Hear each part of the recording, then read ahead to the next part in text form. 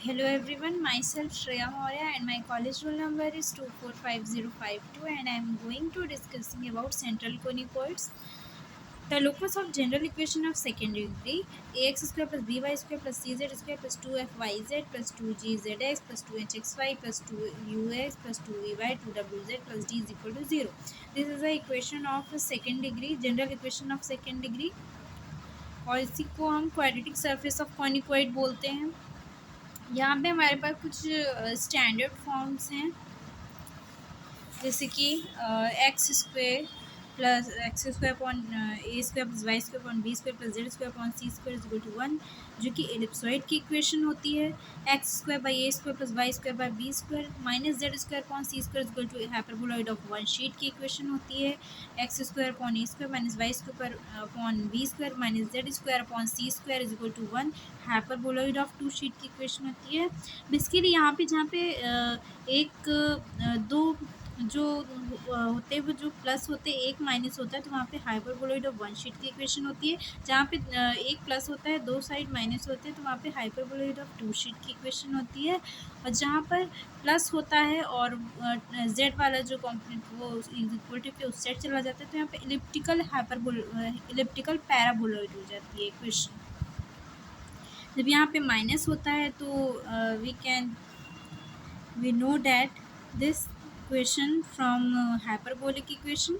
यहाँ पे जब माइनस होता है तो वो हाइपरबोलिक इक्वेशन होती है। जहाँ पे जो है 2z बाई सी, जैसे कि यहाँ पे इलिप्टिकल पैराबोलॉइड में आप 2z बाई सी जेड का जो कंपोनेंट था वो इज इक्वल टू के इस साइड आ गया था, वैसे यहाँ पे भी होगा, बस यहाँ पे प्लस की प्लेस पे यहाँ पे माइनस आ जाएगा, जो कि पैराबोलॉइड की इक्वेशन हो जाएगी। वैसे ही यहाँ पर भी X square by A square plus Y square upon B square is equal to Z square upon C square is equal to 0 हो जाएगा, जो कि इमेजिनरी कोण की इक्वेशन हो जाएगी। वैसे ही यहाँ पर X square upon A square plus Y square upon B square equal to 1 जो होगा हमारे पास इलिप्टिकल सिलेंडर होगा, जो कि 3D में होगा। इसी तरह हम कुछ और इक्वेशंस की बात करेंगे।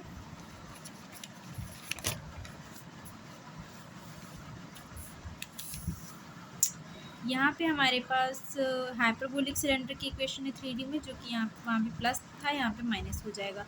वैसे ही an equation of the form a x square plus b y square plus c z square is equal to 1, this is known as central conicoids. ये हमारी स्टैंडर्ड फॉर्म या जनरल इक्वेशन होती है सेंट्रल कोनिकॉइड्स की।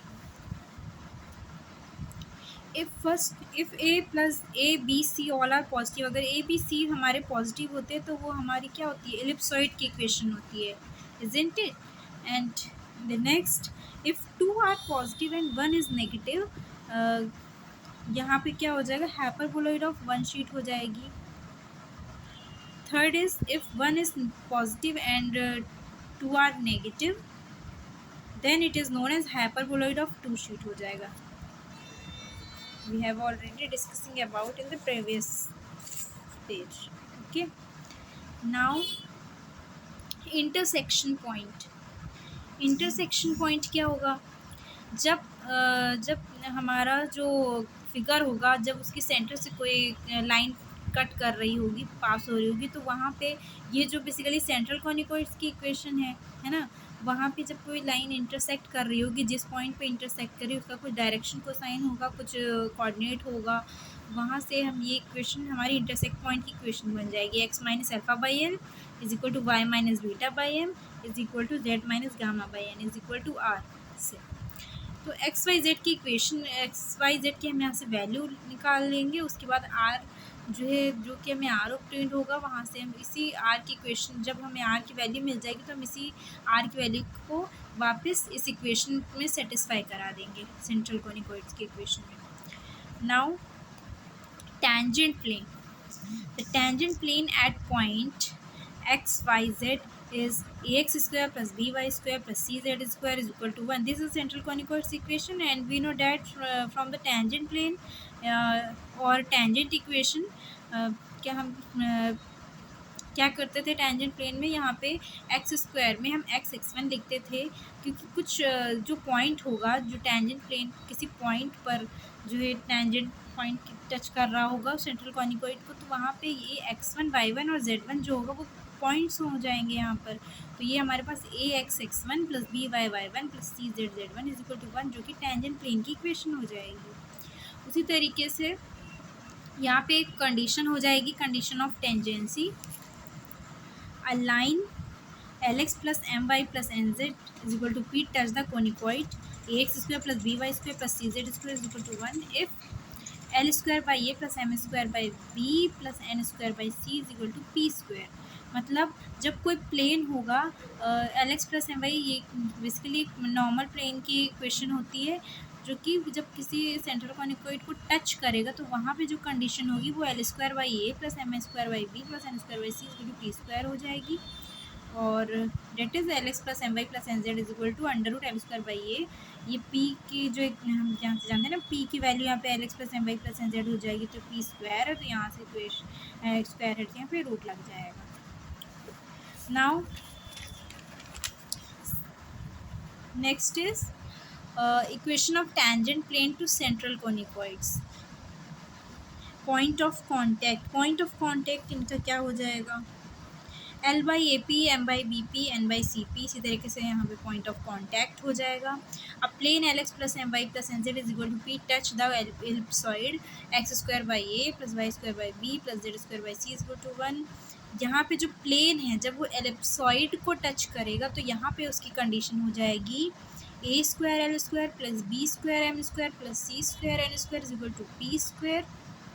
And point of contact is a square l by p, b square m by p, c square n by p, according to this. Okay, now next is director sphere. Now director sphere is, it is the locus of point of intersection of three mutually perpendicular tangent plane to the central conicoids. ये locus होता है intersection, three mutually intersection point का, जो कि perpendicular tangent plane के जो होता है सेंट्रल कॉनिकॉइड्स से, वो हमारा डायरेक्टर स्फीयर होता है ना। जब हम लोकस लेते हैं किसी परपेंडिकुलर टेंजेंट प्लेन का थ्री म्यूचुअली परपेंडिकुलर टेंजेंट से, तो वहाँ पे हम जो लोकस लेंगे वो हमारा डायरेक्टर स्फीयर बनाएगा। The equation of director circle director sphere is a x square plus b y square plus c z square is equal to one is x square plus Y square plus Z square is equal to r square. This is the equation of director sphere where r is equal to one by A plus one by B plus one by c. अगर centre 0 0 होगा तो हमारे पास r यहाँ पे one by A plus one by B plus one by c हो जाएगा। अगर sphere का सेंटर जब 0 0 होगा तो यहाँ पे ये कंडीशन हो जाएगी। ठीक है, उसी तरीके से हम बात करेंगे नॉर्मल टू द सेंटर कॉनिकॉइड्स की। normal to the central conicoid, the equation of normal to the central conicoids, the ax square plus by square plus cz square is equal to 1. This is the equation of central conicoid at point x1 y1 z1 is x minus x1 by ax1 is equal to y minus y1 upon by1 is equal to z minus z upon cz1, where ax by cz are the direction cosine. जब central कॉनिकॉइड्स पे कोई normal होगी तब उसकी equation हमारे पास ये हो जाएगी, क्योंकि जब जो सेंट्रल कॉनिकॉइड्स होगा उस पर जो नॉर्मल होगी वो कुछ पॉइंट उसके होंगे, कुछ कोऑर्डिनेट होंगे जो सेंट्रल कॉनिकॉइड की इक्वेशन होगी, तो यहाँ से हमारे पास equation of normal to the central conicoids हमारे पास ये हो जाता है। यहाँ पे एक्स बी एक्स और सीजन यहाँ पे हमारे पास डायरेक्शन कोसाइन हो जाएंगे। कुछ नोट्स हैं, from any external point 6 normal can be drawn on ellipsoid पे हम 6 नॉर्मल ड्रॉ कर सकते हैं। एलिप्सॉइड की इक्वेशन जानते हैं, X square by A square होती है plus Y square upon B plus Z square upon C square equal to 1। Polar plane on point, we know that also polar plane T is equal to 0 होता है, जहाँ पे tangent की equation हमने पहले discuss करी थी, a x x one plus b y y one plus c z z one is equal to 0 हो जाती है। यहाँ पे टी इज इक्वल टू 0 हो जाता है पोलर प्लेन में। उस तरीके से अगर टू प्लेन होंगे हमारे पास तो L1x plus M1y plus N1z is equal to P1 और L2x plus M2y plus N2z is equal to P2 are two conjugate plane with respect to central conicoid. Then हमारे पास ये कंडीशन आ जाएगी L1 L2 by A plus M1 M2 by B plus N1 N2 by C is equal to P1 P2। This is a condition of two plane with respect to central conicoids. These are all condition of the and some topic of the central conicoids. And thank you so much.